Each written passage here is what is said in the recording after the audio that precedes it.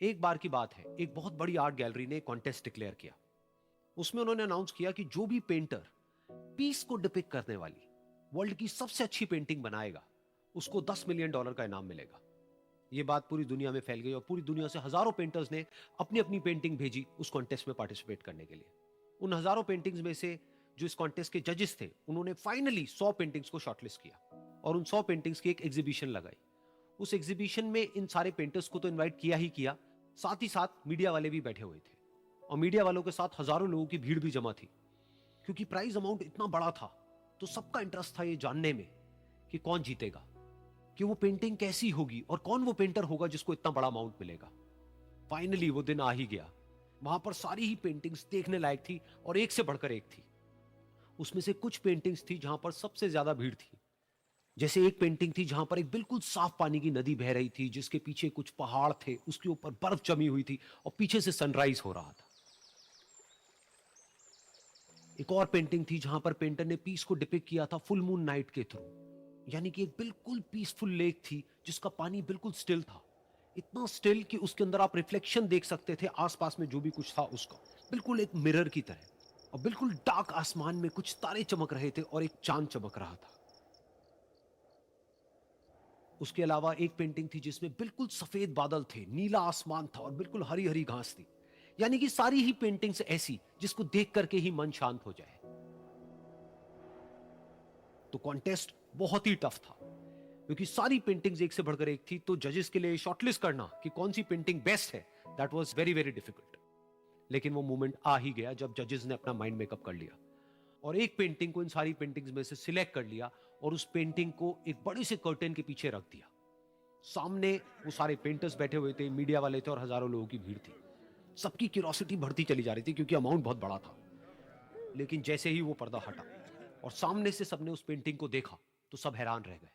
सब एक दूसरे की शक्ल देखने लगे। किसी को कुछ समझ नहीं आ रहा था कि एक्चुअल में हो क्या रहा है, क्योंकि वो पेंटिंग जो वहां पर दिख रही थी वो दूर दूर तक शांति को डिपिक्ट नहीं कर रही थी। तो सबको लगा कि शायद उस आर्ट गैलरी से कोई गलती हुई है या जजेस से कोई गलती हुई है और किसी गलत पेंटिंग को वहां पे रख दिया है। तो कुछ पेंटर्स एक साथ गए, जाकर के उस आर्ट गैलरी के ओनर से मिले और जाकर के उससे पूछा कि क्या ये कोई गलती है, गलती से कहीं कोई गलत पेंटिंग तो आपने वहां पे नहीं रख दी है।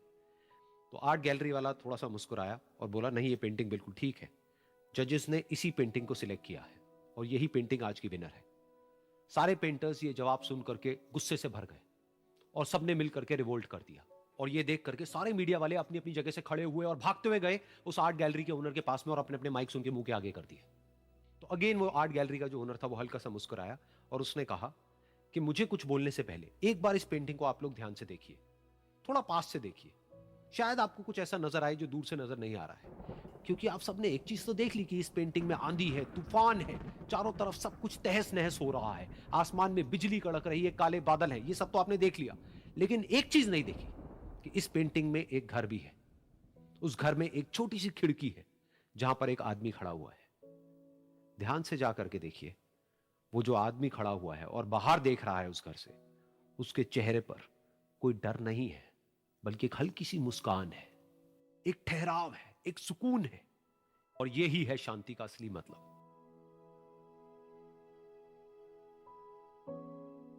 यानी कि शांति का मतलब यह नहीं है कि हमारे बाहर सब कुछ शांत है और फिर हम शांत हैं, क्योंकि वो टेम्पररी है।